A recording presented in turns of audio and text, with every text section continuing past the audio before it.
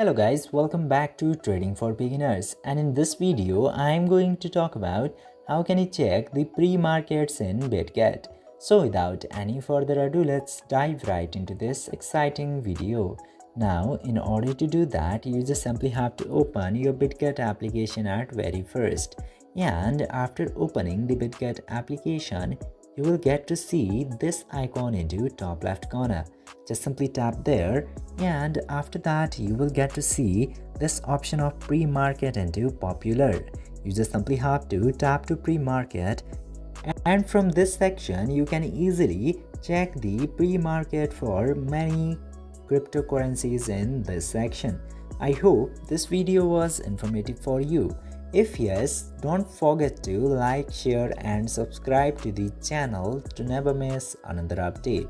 Thank you for watching this video.